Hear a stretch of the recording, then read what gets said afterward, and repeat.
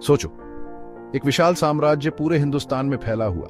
यह था मुगल साम्राज्य, 3 सदियों तक राज करने वाला एक खानदान। इसकी शुरुआत हुई 16वीं सदी में एक युवा योद्धा बाबर के साथ। वो चंगेज खान और तैमूर दोनों का वंशज था, विजय और महत्वाकांक्षा की विरासत का वारिस।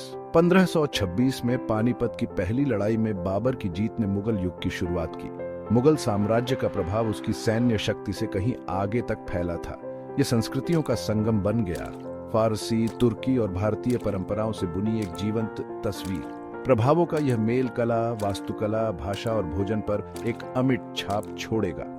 मुगल बादशाह, जो कला के संरक्षक के रूप में जाने जाते थे, ने सांस्कृतिक उत्थान के सुनहरे युग को बढ़ावा दिया। उनके शासनकाल में शानदार मस्जिदों, किलों और महलों का निर्माण हुआ। जटिल नक्काशी और ऊंचे गुंबदों से सजी ये वास्तुशिल्प चमत्कार आज मुगल साम्राज्य की भव्यता के प्रमाण के रूप में खड़े हैं। इन स्थापत्य अजूबों में एक इमारत सबसे ऊपर है, ताजमहल। यह प्यार, वियोग और मानव रचनात्मकता की स्थायी शक्ति का प्रतीक है। मुगल बादशाह सिर्फ विजेता नहीं थे, वे कला और विज्ञान के संरक्षक भी थे। उन्होंने भारत की समृद्ध सांस्कृतिक विरासत को अपनाया, इसे अपनी फारसी परंपराओं के साथ मिलाया।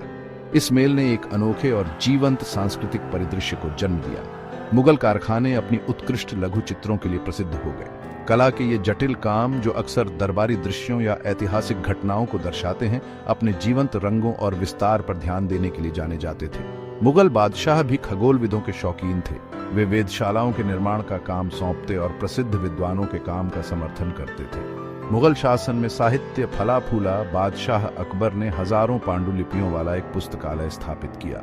मुगल दरबार बौद्धिक चर्चा का केंद्र बन गया, जिसने पूरे साम्राज्य और उसे आगे के कवियों, संगीतकारों और विद्वानों को आकर्षित किया। यह सांस्कृतिक उत्कर्ष केवल अभिजात वर्ग तक ही सीमित नहीं था। कला और विज्ञान के मुगल बादशाहों के संरक्षण का पूरे समाज पर गहरा प्रभाव पड़ा। मुगल साम्राज्य के सभी स्थापत्य अजूबों में से कोई भी ताजमहल से ज्यादा नहीं चमकता। आगरा शहर में स्थित यह हाथी दांत सफेद संगमरमर का मकबरा प्रेम और वास्तुकला की प्रतिभा का एक कालातीत प्रमाण है। ताजमहल की कहानी एक दुखद घटना से शुरू होती है।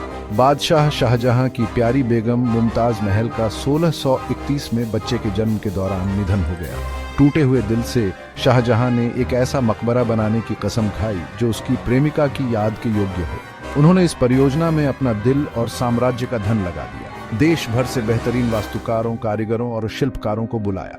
इस उत्कृष्ट कृति को पूरा करने में 2 दशक से ज्यादा समय और हजारों लोगों का संयुक्त प्रयास लगा। आगे की कड़ी में हम मराठों और मुगलों में, राजपूतों और मुगलों में हुए टकराव के कारण ढूंढेंगे। हमारे चैनल को लाइक करें, सब्सक्राइब करें।